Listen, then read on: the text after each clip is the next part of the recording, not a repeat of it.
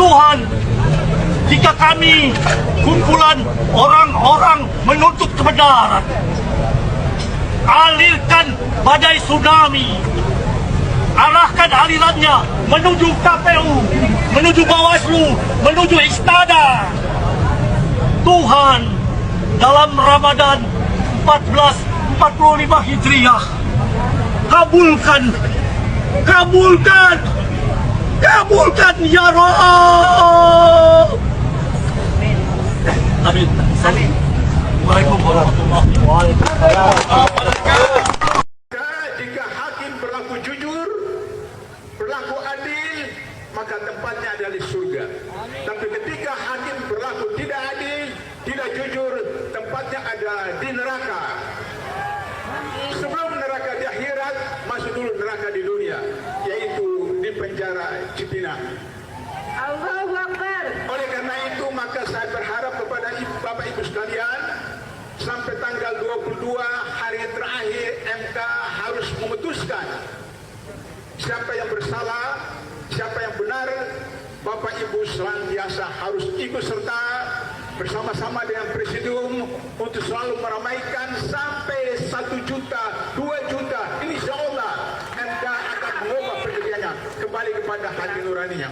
Bersedia Bapak Ibu untuk datang berjuta sampai 1 juta, sampai 2 juta. Insyaallah. Bawa keluarga, bawa anak istri, bawa tetangga. Dengan itu maka harapan anak cucu kita 2045 bisa terselamatkan dari hutan yang telah tandus, dari laut yang sudah terkotori, dari utang yang meninggi yang capai 22.000 triliun, yang itu akan menjadi beban buat kita pada masa depan, khususnya anak cucu kita. Mari kita bersama-sama untuk mempenjarakan Jokowi.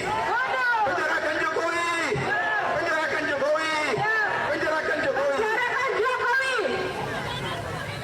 Allahu Akbar. Allahu Akbar. Allahu Akbar. Allahu Akbar. Allahu Akbar. Allahu Akbar. Merdeka. Merdeka. Merdeka. Merdeka. Merdeka. Merdeka.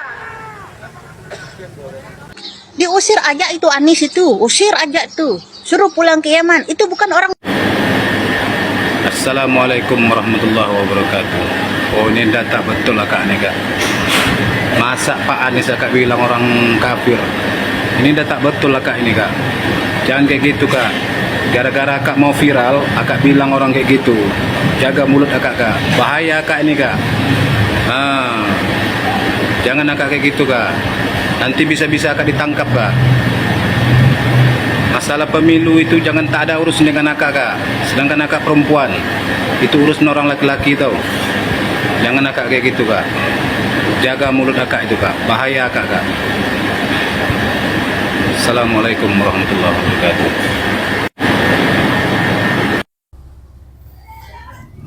Assalamualaikum warahmatullahi wabarakatuh. Salam Om Swastiastu, Namo Buddhaya, salam kebajikan dan salam sejahtera untuk kita semua. Saudaraku sebangsa dan setanah air, para penonton kanal YouTubeku yang sangat saya hormati dan sangat saya cintai. Ketika kita melihat apa yang dilakukan oleh pendukung Bapak Anies Rashid Baswedan ini, rasa-rasanya ya kita bisa memahami kualitas dari mereka. Seruan-seruan yang menurut saya sama sekali tidak berbobot. Seruan-seruan yang tidak berkualitas. Sampai-sampai mereka bisa memvonis seorang di neraka ataukah di surga. Pertanyaan saya, apakah Bapak tua yang berkoar-koar ini, yang sedang berorasi ini, dia sudah meninggal lalu dia hidup kembali, sehingga pada akhirnya dia tahu bahwa orang yang sudah meninggal itu akan ditempatkan di surga ataupun neraka? Janganlah kita membuat statement yang seolah-olah bahwa kita adalah sang penguasa. Di neraka ataupun di surga itu adalah kuasa Tuhan, bukan kuasa mulutmu yang bacot itu. Anda itu kalau memang benar adalah seorang pemuka, cobalah tunjukkan teladan yang baik. Jangan menjerumuskan banyak orang untuk ikut terjebak dalam pemikiran Anda yang menurut saya sangat dangkal. Dan saya berharap bahwa pendukung dari Abah Anies Rashid Baswedan ini, mari gunakan logika akal sehat. Jangan asal ikut. Pikir secara matang. Hilangkan kedunguan-kedunguan yang tidak perlu kalian pelihara. Sangat disayangkan. Kualitas seperti Anda, lalu Anda tunjukkan di hadapan rakyat Indonesia, sampai meminta tsunami untuk diarahkan ke KPK, diarahkan ke Mahkamah Konstitusi, diarahkan ke Bawaslu dan lain sebagainya.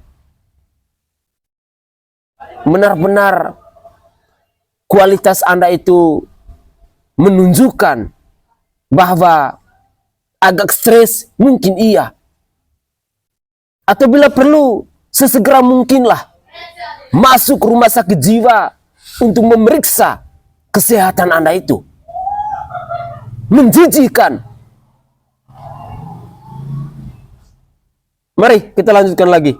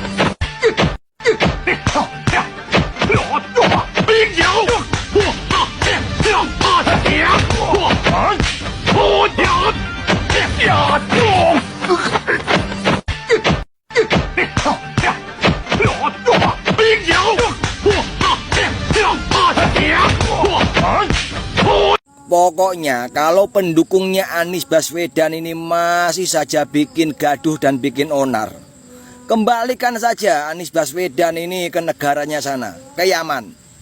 Pokoknya itu semua itu pusatnya itu Anies Baswedan. Dulu sewaktu mau jadi gubernur Jakarta itu demo terus untuk menjelek-jelekan Ahok. Segala cara dimainkan supaya Anies Baswedan ini menang. Sekarang mau jadi presiden masih saja demo terus, bikin onar.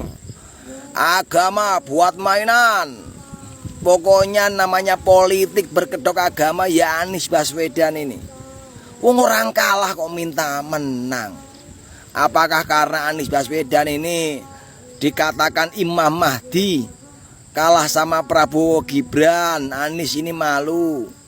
Kalau menurut saya sih, Anies Baswedan ini bukan Imam Mahdi, tapi Imam Mahdi, imamnya Dedemit dan Iblis. Hamba itu namanya Anies Baswedan. Dia akan panggil malaikat Jibril. Wahai Jibril, aku mencintai hambaku yang insya Allah namanya Anies Baswedan. Kabarkan kepada seluruh umatku, seluruh makhlukku, bahwa aku mencintai Anies Baswedan.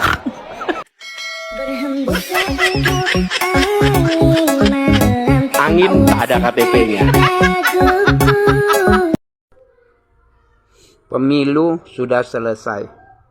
Perhitungan cepat KPU sudah selesai. Pemenangnya sudah ditentukan, Prabowo Gibran. Tapi di masyarakat, saya mendata langsung, saya data, saya tanya. orang-orang dari pendukung Anies, walaupun pendukungnya sekitar 24%, tapi luar biasa bodohnya. Sampai saat ini mereka itu berkata,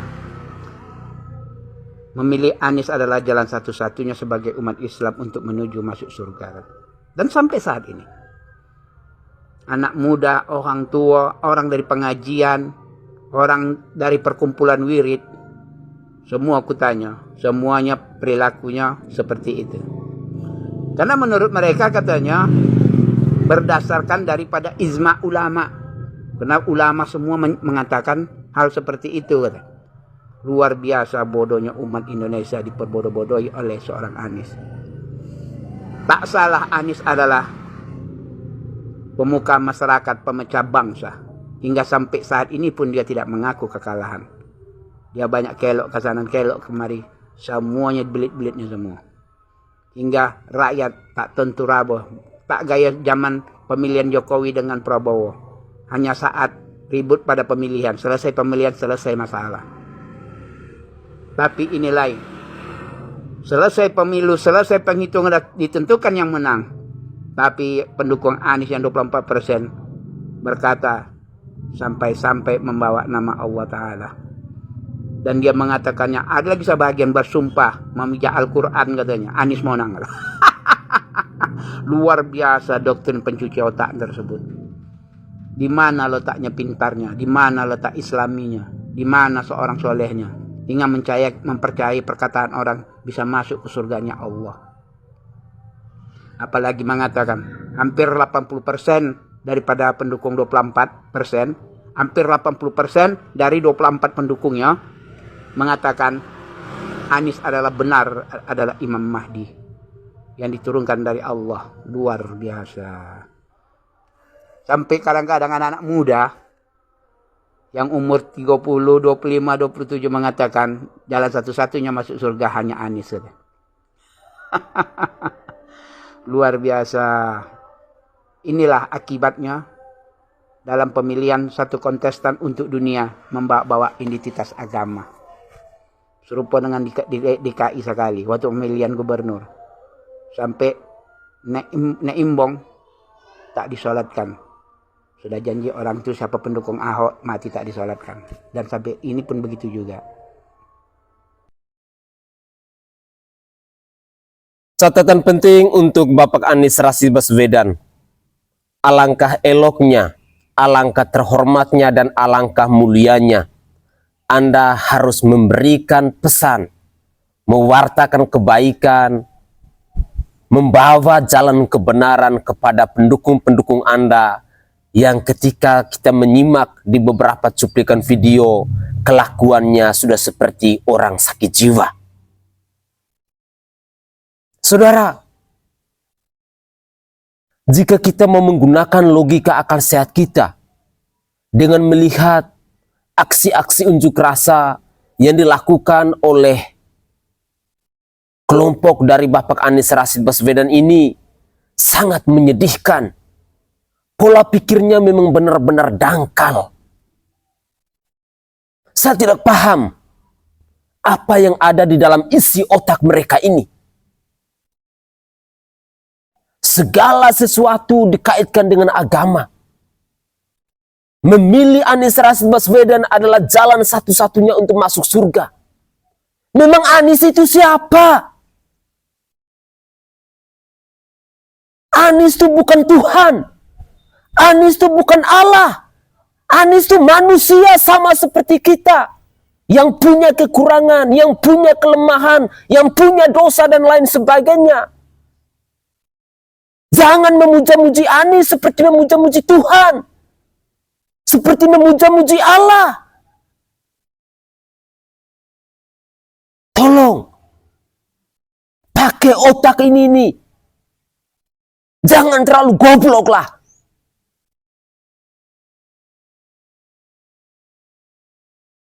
Adalah sebuah narasi yang benar-benar konyol. Mendukung dan memilih Anies Rashid Baswedan adalah jalan satu-satunya untuk masuk surga. Itu ajaran dari mana?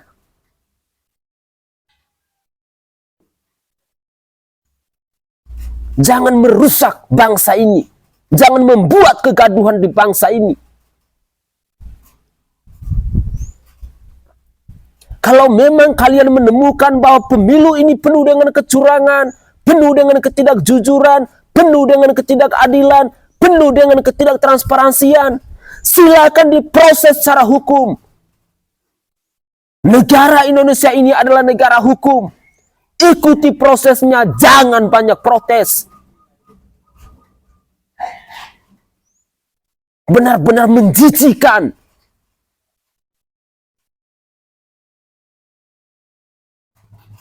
Kalian tidak malu ketika melihat di beberapa cuplikan video di media sosial, sering kali orang menghujat kalian, mengkritik kalian, tetapi otak kalian tidak pernah paham.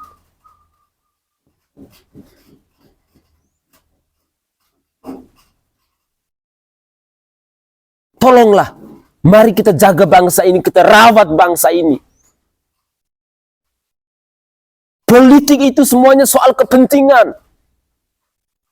Kalau memang tidak paham soal politik, jangan pernah masuk dalam dunia politik. Jangan setelah kalah tidak terima kekalahan lalu buat kegaduhan. Dasar perusak bangsa.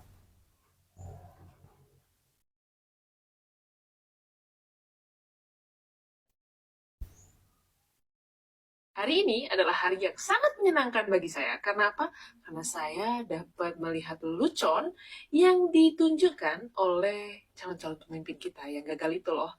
Ini salah satunya nih. Yang mulia Hakim Mahkamah Konstitusi. Hari ini adalah sebuah momen yang sangat penting dalam sejarah kita.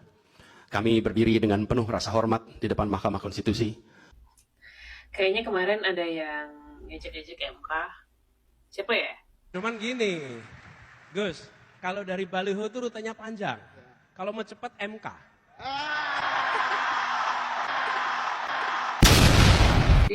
Kemarin ngewalek sampai ketawanya kayak gitu. Sekarang ngomong dengan penuh rasa hormat. Dari mana rasa hormatnya? Apakah Pilpres 2024 kemarin telah dijalankan secara bebas, jujur, dan adil? Izinkan kami menyampaikan jawabnya, tidak. Nah, yang itu saya setuju Pak. Soal kemarin itu, sampai ada yang ngeluarin fatwa, kalau nggak pilih pasangan itu, maka dipertanyakan keagamaannya. Aduh, bahaya. Kita menyaksikan dengan keprihatinan mendalam serangkaian penyimpangan yang telah mencoreng integritas proses demokrasi kita. Mulai dari awalnya, independensi yang seharusnya menjadi pilar utama dalam penyelenggaraan pemilu telah tergerus akibat intervensi kekuasaan yang tidak seharusnya terjadi. Kenapa Pak? Baru juga ngomong sedikit, udah kering ya tenggorokannya. Mau minum dulu? Nih. Terdapat pula praktek yang meresahkan, di mana aparat daerah mengalami tekanan. Pak Anies, tarik nafas, keluarkan. Pelan-pelan Pak ngomongnya. Kasihan nafasnya sampai kesengal-sengal gitu. Nanti kalau lepas di sana gimana?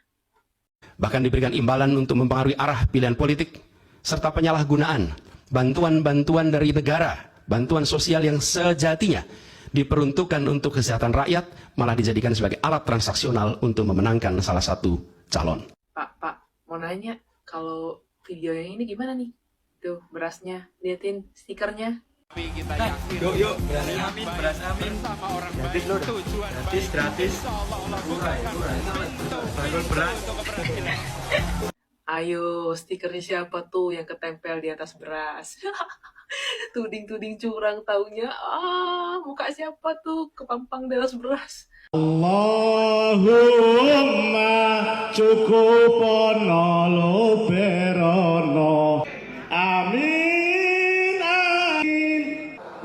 Ngomong apa nih? Saya disuruh ngomong apa ini? Ayo, kemarin berani tuding-tuding curang. Sekarang ketahuan curang, angkat tangan dong. Loh, tapi terserah Bapak aja. Kan namanya demokrasi ya, bukan demokrasi. Jadi Bapak mau ngelakuin apapun bebas lah. Gugat aja lah terus ke MK dan tunjukkan aja bukti-buktinya. Dan saya yakin Pak, akan satu pepatah yang selama ini buat saya adalah suatu hal yang benar. Sepandai-pandainya tupai melompat, akhirnya dia akan jatuh juga. Ada satu lagi. Sepandai-pandainya orang menyimpan bangkai, maka baunya tetap akan terendus. Kayaknya itu sangat tepat deh. And anyway Pak, coba dengerin dulu apa katanya Bang Hotman. Dalam sejarah karir saya, inilah contoh surat permohonan dan atau sejenis gugatan yang paling mengambang pun. Paling mengambang. Yang dibuat apa? Yang dibahas bansos. 90% isi dari permohonan itu adalah tentang bansos. Dan itu bisa dijawab dengan satu kalimat. Bansos itu adalah sah sesuai dengan peraturan. Dan MK tidak punya kewenangan menilai bansos. Jadi permohonan dari 01 ini sebenarnya cukup dijawab oleh satu paragraf. Satu paragraf aja. Karena yang lainnya hanya ngoceh-ngocehan, ngoceh sana sini, ngoceh sana sini, ya. Hanya satu, bansos itu adalah sah sesuai dengan undang-undang. Karena kalau tidak sah, KPK udah turun. Udah ya Pak, lain kali kalau ngomong, omongannya dipegang, dijadikan sebuah prinsip, jangan berubah-ubah terus, jangan mencela-mencela terus. Dan kalau misalnya berbuat, gak usah tuding-tuding orang, karena malu Pak, kalau misalnya kita ketahuan buat hal yang sama dengan orang yang kita tuding-tuding. Satu hal penting yang perlu saya tegaskan di sini, bahwa yang namanya politik itu pasti soal kepentingan. Politik penuh dengan kemunafikan, politik penuh dengan kelicikan, politik penuh dengan kebrutalan dan lain sebagainya. Kalau mau hidup bersih, kalau mau hidup suci, jangan pernah masuk ke dalam dunia politik. Itu adalah catatan penting. Saudaraku sebangsa dan setanah air, dari cuplikan-cuplikan video ini, semoga saja bisa menyadarkan kita tentang apa itu yang namanya politik. Tidak ada yang mulus, tidak ada yang bersih, tidak ada yang suci dalam dunia politik. Semuanya jelas demi kepentingan. Siapa yang berkuasa, dia yang punya duit, dia yang punya harta dan lain sebagainya. Nol kemungkinan besar orang yang tidak berduit lalu kau bisa duduk di anggota dewan, atau kau bisa duduk sebagai seorang bupati, sebagai seorang pejabat, sebagai seorang penguasa dan lain sebagainya. Omong kosong kalau tidak ada duit. Semuanya butuh uang. Rasa-rasa kalau belum siap untuk masuk ke dalam dunia politik, duduk diam. Jangan membuat narasi-narasi yang hanya mau menghancurkan generasi penerus bangsa ini.